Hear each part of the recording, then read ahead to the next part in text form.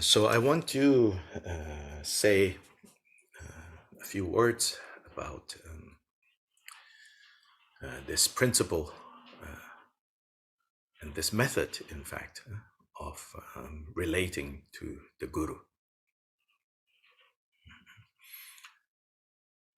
As many of you have heard me talking about this before, first and foremost, I think we should think of this Guru first and foremost as a principle before assigning persons to the face of this Guru. Think of it first and foremost as a principle. And this principle in particular is the principle of the reality of Buddhahood, not as an abstract on the one hand, not as an abstract principle like out there far away. Also not as far away historically, like Buddha Shakyamuni, far away historically. And this principle of Guru, especially in the Kagyu, it's the principle of the awakened state as something real and accessible to us right now. And so that's that principle. And that principle is the principle of the awakened state, the awakened mind, as well as, so you could say from the side of the Guru, he or she, or this principle, is that it is awake, it is free from confusion. Then this principle also emphasizes how this awakened state, this awakened mind, is actively guiding, instructing those who have the good fortune and the willingness to be guided and to be shown the way. And so these two aspects itself is free from confusion, and then for the benefit of others, it is capable, it is able to guide and lead those who are willing and have the right conditions to be led. So first and foremost, that's the principle.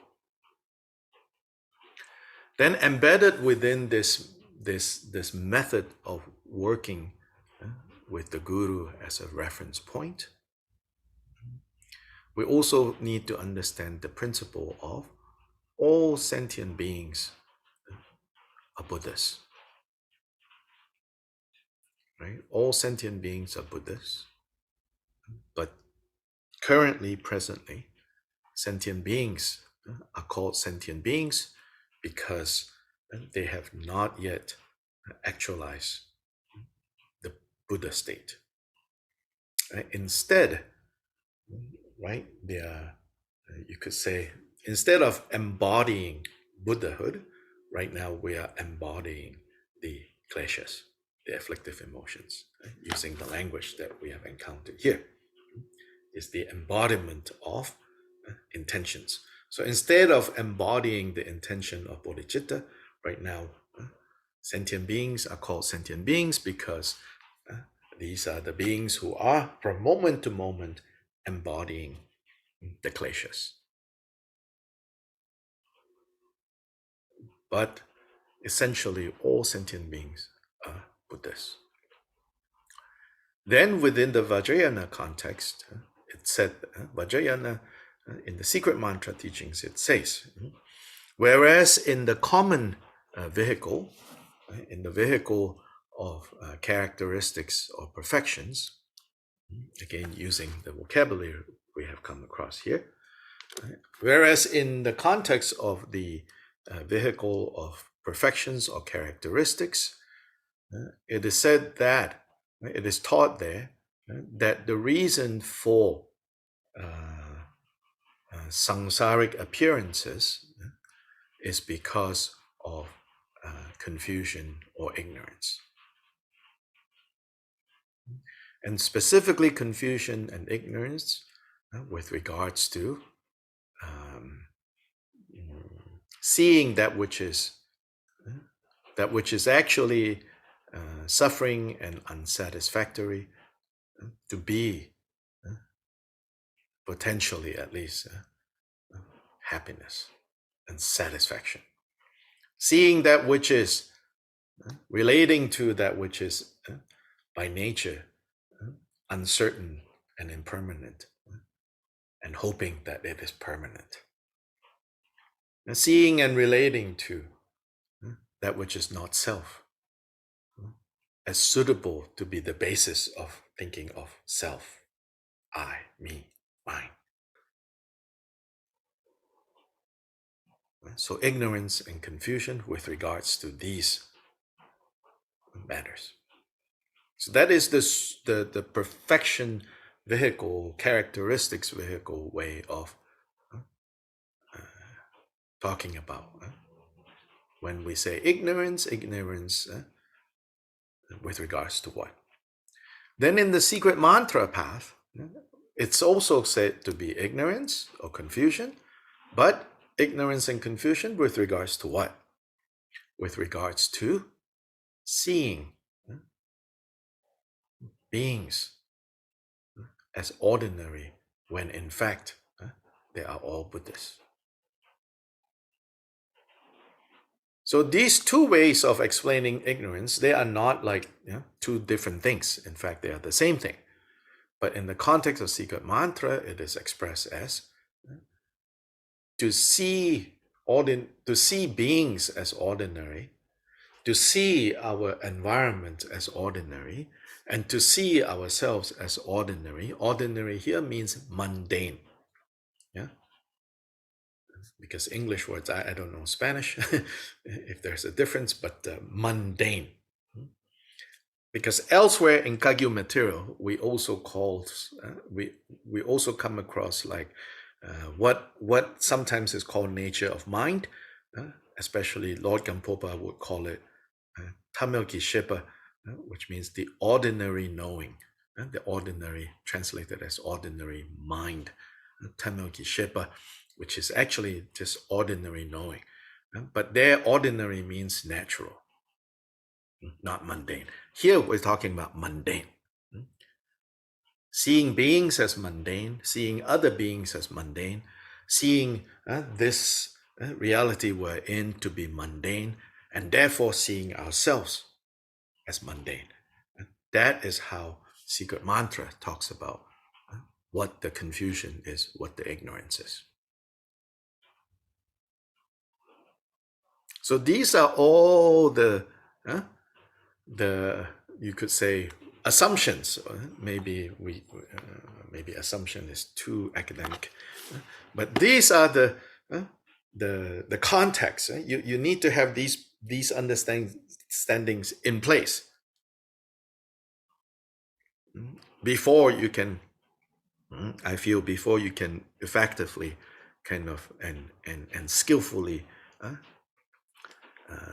take the method of Guru Yoga. Otherwise, it can lead to a lot of confusion and mistakes. So then, right, especially the secret mantra way of explaining what is the problem, what kind of confusion, what kind of ignorance, ignorance with regards to perceiving self, perceiving other, perceiving the environment, the reality that we're in to be mundane, when in fact they are Buddha. So given that that is how, right, the problem is laid out, then to overcome that problem, we have to develop pure vision. Meaning the vision that can see the pristine nature of all. people, of all things, of all phenomena.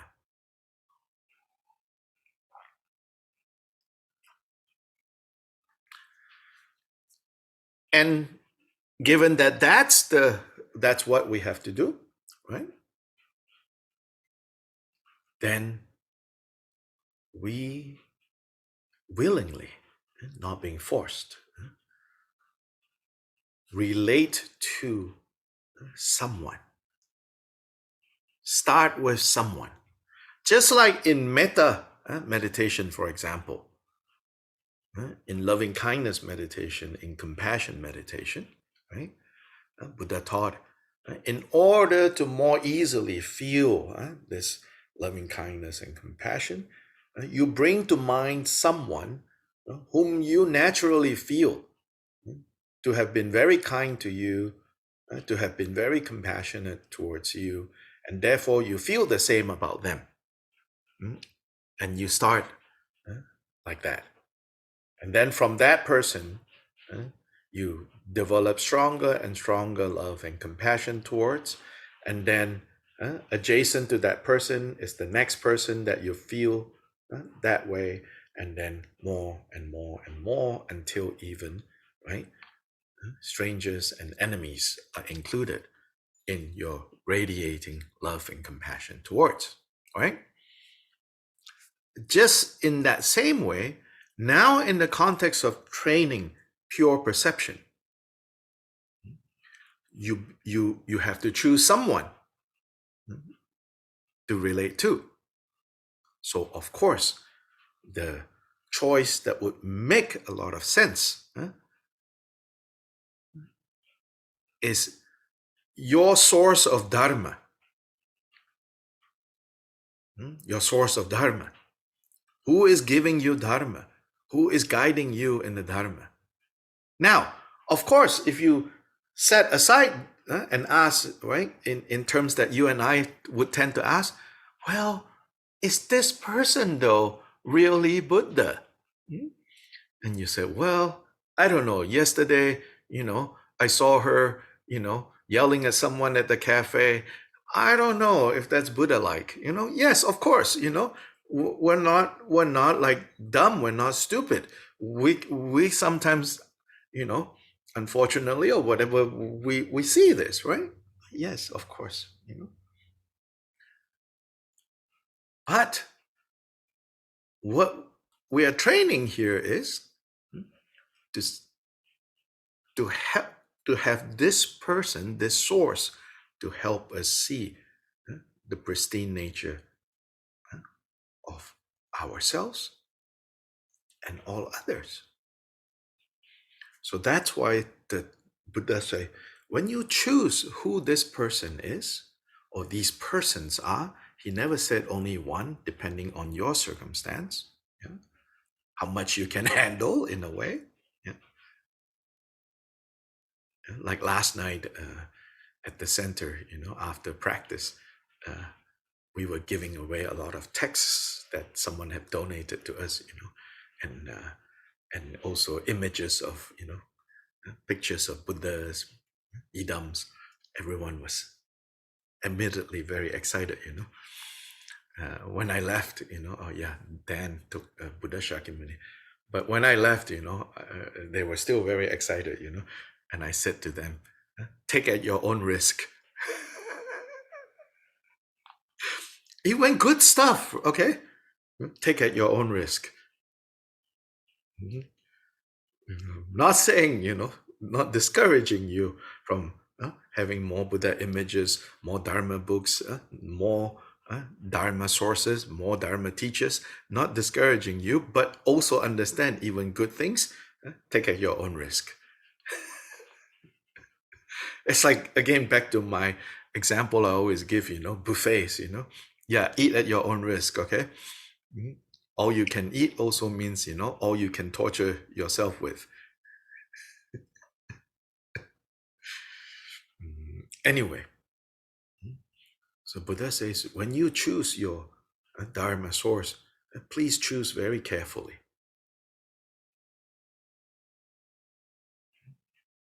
And this is, again, this is not He's not encouraging us to go find fault. Because if the goal is finding faults, there's no end to finding faults. Plenty of people found a lot of faults with Buddha Shakyamuni. His cousin, Devadatta, whom he grew up with, who knew him very well, absolutely was jealous of the Buddha, could not see Buddha's qualities at all. So when the Buddha says, we choose carefully, he's not encouraging us to go find fault with people. What he's saying is, because this source of Dharma that you're choosing is also who is your most immediate reference point, right? To what an awakened being could be like. So choose one that is not likely or so likely to constantly cause you to doubt, if Buddha mind is real or not, despite what the Buddha says, that we are all Buddhas. If especially your source of Dharma is left and right and up and down, causing you to doubt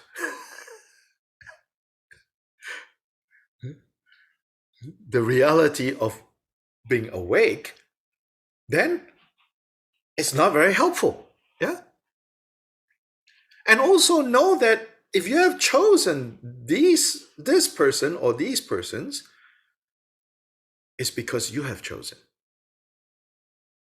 Yeah. And don't get in the situation of thinking, well, how come you didn't choose the same person?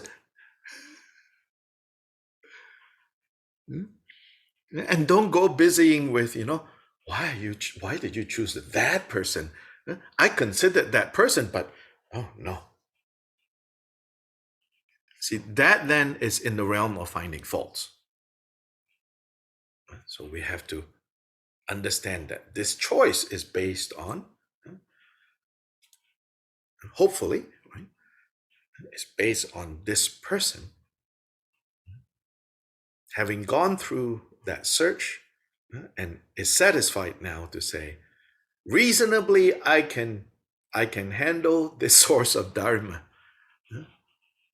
and relate to this source of Dharma as an expression of this pristine Buddha state.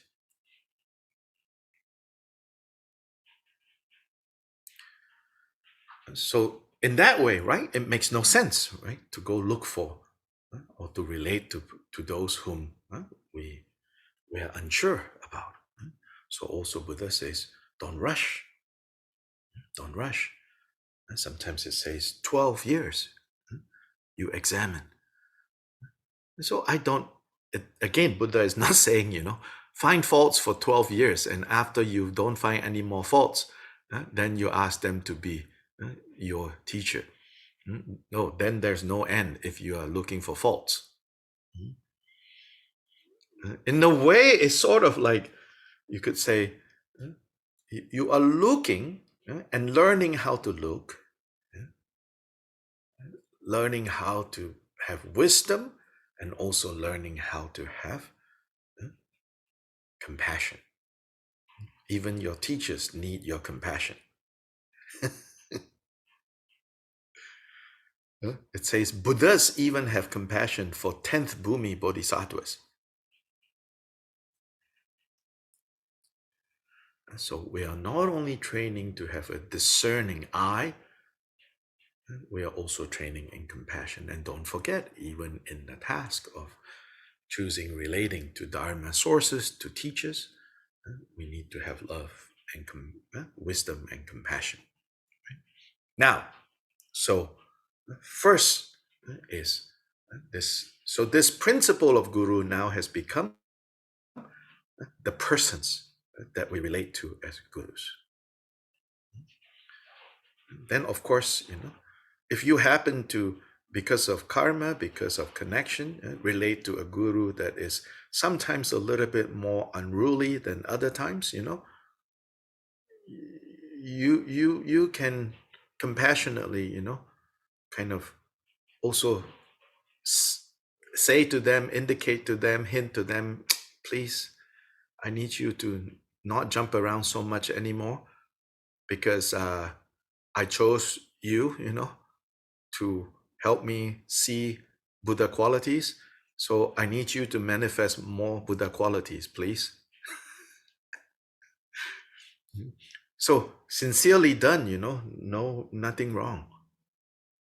Again, not done in the spirit of finding faults. Because why is finding faults a problem? Because then it's the opposite of the problem you're trying to solve, right? Which is lack of pure perception. But having pure perception also doesn't mean indulging in the kleshas. Already the other day, right? I was looking for that passage, and Nathan found where Kyobpa Rinpoche said, it also won't work, if your guru, unfortunately, right, is engaging in all kinds of wrong conduct, and you say, oh, those are pith instructions. And says that also will not work. Right?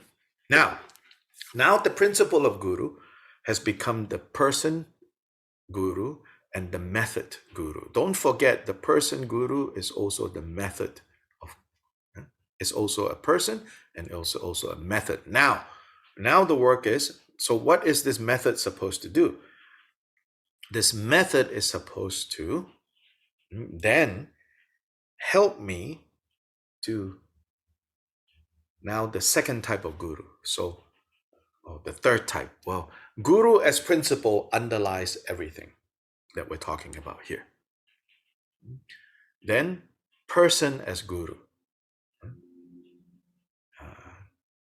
And then, of course, historically, in Tibet, that need is even greater because of literacy and because of lack of access to Dharma. Now it has changed so much, Most of us are literate. Dharma texts are so available. Dharma teachers are so available, at least in terms of you can watch them from now until enlightenment is achieved and still cannot exhaust all the videos, all the YouTubes, all the recordings. No end, right? So, but in the past, for very practical reasons, you do need guru to not just be principle, but also to be a person. Now,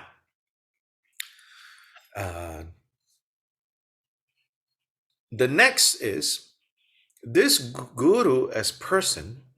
When you begin to relate to this person or these persons in this way, what they should be pointing you towards is the next type of guru, which is all appearances as guru.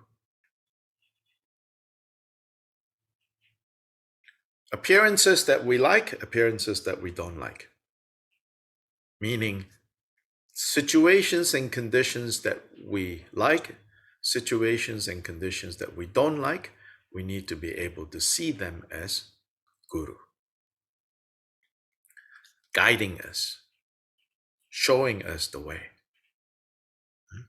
So then more and more, right? All our daily experiences at work, at home, at Dharma center, on the road, in the neighborhood, all appearances, this is what it means, become guru.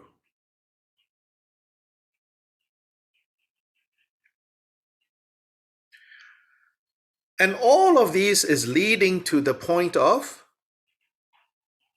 your own nature is guru.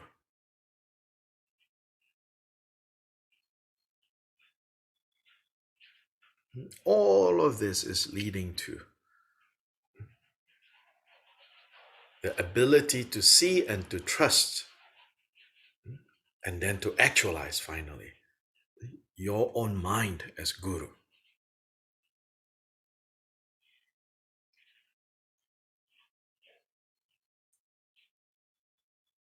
Then, right, when we're able to do that, then all beings are Buddhas, including yourself. That truth is realized.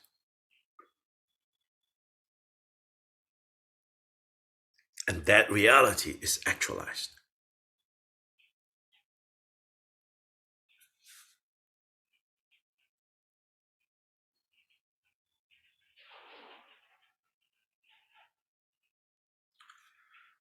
If at the point of the Guru principle manifested as persons, it's not so easy for you, again, don't be in a hurry. Because in this material, it also says, and I think here our modern access to Dharma makes this point, I think, even more significant, which is we can think of Buddha Shakyamuni as guru, as our personal guru, even if it's not Buddha Shakyamuni today. As far as I know, nobody has his WhatsApp, but you can still relate to Buddha Shakyamuni as your personal guru, to Vajradhara as your personal guru, to Tara as your personal guru, to Milarepa, to Kyobpa Jikten Sumgön as your personal guru.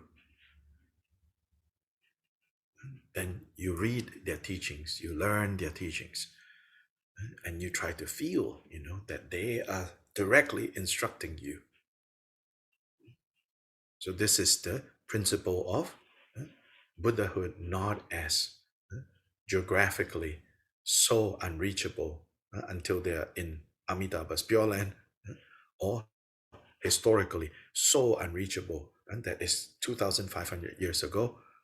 Now I have no access, but find ways to manifest, to help yourself see that this principle of an awakened state that is guiding and showing us is not something that we cannot access because of the limits of time and space. So if you directly think Kyobpa Jikten Sumgön is my root guru, then there is no mischief there. Very safe,